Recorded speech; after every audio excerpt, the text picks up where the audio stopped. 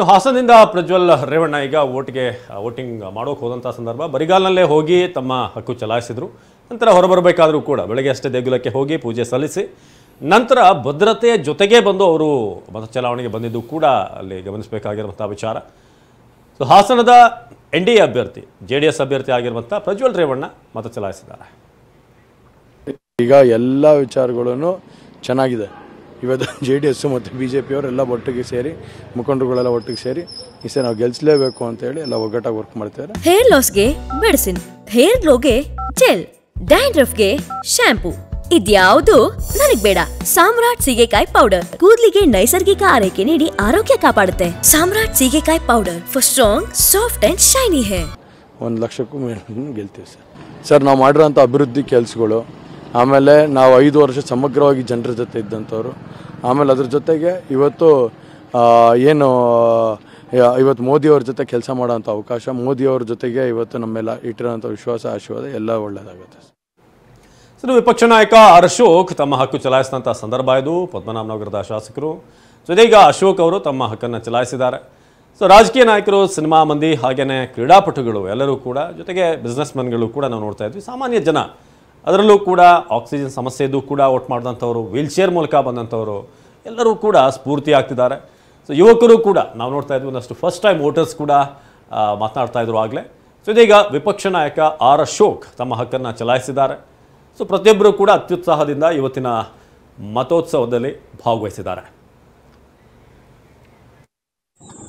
ಇಡೀ ಕರ್ನಾಟಕದ ಜನಗಳಿಗೆ ವಿರೋಧ ಪಕ್ಷದ ನಾಯಕನಾಗಿ ನಾನು ಕೂಡ ವಿನಂತಿ ಮಾಡ್ತೀನಿ, ದಯವಿಟ್ಟು ನಿಮ್ಮ ಅಮೂಲ್ಯವಾದಂಥ ಮತವನ್ನು ಚಲಾಯಿಸಿ. ಯಾವುದೇ ಕಾರಣಕ್ಕೂ ಮತದಾನದಿಂದ ದೂರ ಉಳಿಬೇಡಿ. ಸಮಸ್ಯೆಗಳಿರ್ಬೋದು, ಆದರೆ ಮತದಾನ ಕೇಂದ್ರದಿಂದ ದೂರ ಉಳಿಬೇಡಿ. ಮತ ಚಲಾಯಿಸಿ. ಮತ ಚಲಾಯಿಸೋ ಮುಖಾಂತರ ಈ ದೇಶದ ಭವಿಷ್ಯವನ್ನು, ಈ ದೇಶದ ಅಭಿವೃದ್ಧಿಯನ್ನು ತೀರ್ಮಾನ ಮಾಡುವಂಥ ಒಂದು ಚುನಾವಣೆ ಇದು. ಇಂಥ ಒಂದು ಅಪರೂಪದ ಚುನಾವಣೆಯಲ್ಲಿ ತಾವೆಲ್ಲರೂ ಭಾಗಿಯಾಗಬೇಕು, ಮತದಾನ ಕೇಂದ್ರಕ್ಕೆ ಬರಬೇಕು ವಿನಂತಿ ಮಾಡ್ತೀನಿ.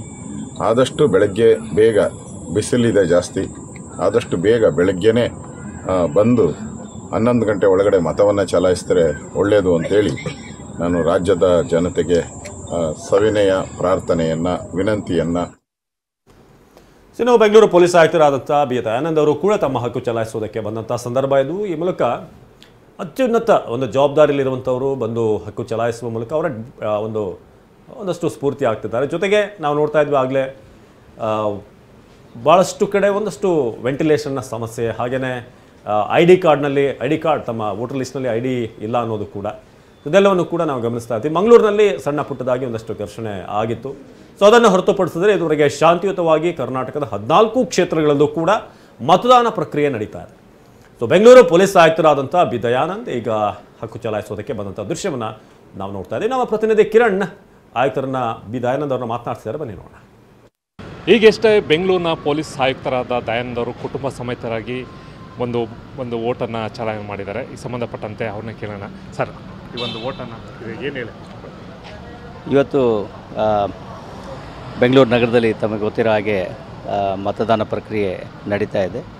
ಅದಕ್ಕೆ ಪೂರಕವಾಗಿ ನನ್ನ ಒಂದು ಮತದಾನದ ಹಕ್ಕು ಅಥವಾ ಜವಾಬ್ದಾರಿಯನ್ನು ಮಾಡಲಿಕ್ಕೆ ಇಲ್ಲಿ ಬಂದು ಈಗ ಮತದಾನವನ್ನು ಮಾಡಿ ಈಗ ತೆರಳ್ತಾ ಇದ್ದೀವಿ. ಅದೇ ರೀತಿಯಲ್ಲಿ ಬೆಂಗಳೂರಿನ ಎಲ್ಲ ಪ್ರಜ್ಞಾವಂತ ನಾಗರಿಕರು ಇವತ್ತಿನ ದಿವಸ ತಮ್ಮ ಮತದಾನದ ಹಕ್ಕು, ಜವಾಬ್ದಾರಿ ಮತ್ತು ಕರ್ತವ್ಯವನ್ನು ನಿರ್ವಹಿಸಬೇಕು ಅಂತೇಳಿ ನಾನು ಎಲ್ಲರಲ್ಲಿ ಆಗ್ರಹಿಸ್ತೇನೆ. ಇದಲ್ದಲ್ಲೇ ಇನ್ನು 5 ಕ್ಷೇತ್ರಗಳು ತಮ್ಮ ವ್ಯಾಪ್ತಿಯಲ್ಲಿ ಬರುತ್ತೆ. ಹೇಗಿದೆ ಸರ್ ಇಲ್ಲಿ? ಬೆಂಗಳೂರು ನಗರ ಕಮಿಷನರೇಟ್ ವ್ಯಾಪ್ತಿಗೆ ಸಂಬಂಧಪಟ್ಟಂತೆ ನೀವು ಹೇಳಿದ ಹಾಗೆ 3 ಸಂಪೂರ್ಣ ಕ್ಷೇತ್ರಗಳು ಮತ್ತು 2 ಭಾಗಶಃ ಕ್ಷೇತ್ರಗಳು ಬರ್ತವೆ. ಅಲ್ಲೆಲ್ಲ ನಾವು ಸಂಪೂರ್ಣವಾದಂತಹ ವ್ಯಾಪಕವಾದಂತಹ ರಕ್ಷಣಾ ವ್ಯವಸ್ಥೆಯನ್ನು ಕೈಗೊಂಡಿದ್ದೇವೆ. ಎಲ್ಲ ಕಡೆಗಳಲ್ಲೂ ಕೂಡ ಈಗ ಮತದಾನದ ಪ್ರಕ್ರಿಯೆ ಪ್ರಾರಂಭ ಆಗಿದೆ. ಎಲ್ಲಿಯೂ ಕೂಡ ಯಾವುದೇ ರೀತಿಯಾದಂತಹ ಸನ್ನಿವೇಶಗಳು, ಘಟನೆಗಳು ಅಥವಾ ಅವಾಂತರಗಳು ಉಂಟಾಗಿಲ್ಲ. ಎಲ್ಲ ಕಡೆ ಸುಗಮವಾಗಿ ಸುಸೂತ್ರವಾಗಿ ಮತದಾನ ಪ್ರಕ್ರಿಯೆ ನಡೀತಾ ಇದೆ. ತಾವೇ ನೋಡಿದ ಹಾಗೆ ಇಲ್ಲೆಲ್ಲ ಸಾಕಷ್ಟು ಸಂಖ್ಯೆಯಲ್ಲಿ ಈಗಾಗಲೇ ಸಾರ್ವಜನಿಕರು ಬಂದು ತಮ್ಮ ಮತದಾನದ ಹಕ್ಕನ್ನು ಚಲಾಯಿಸ್ತಾ ಇದ್ದಾರೆ. Thank you sir. ಸಾರ್ವಜನಿಕರು ಬಂದು ವೋಟನ್ನು ಮಾಡಬೇಕು ಅನ್ನೋದು ಪೊಲೀಸ್ ಆಯುಕ್ತರ ಒಂದು ಮಾತು. ಕ್ಯಾಮರಾಮನ್ ಪ್ರಶಾಂತ್ ಜೊತೆ ಕಿರಣ್, TV9 ಬೆಂಗಳೂರು.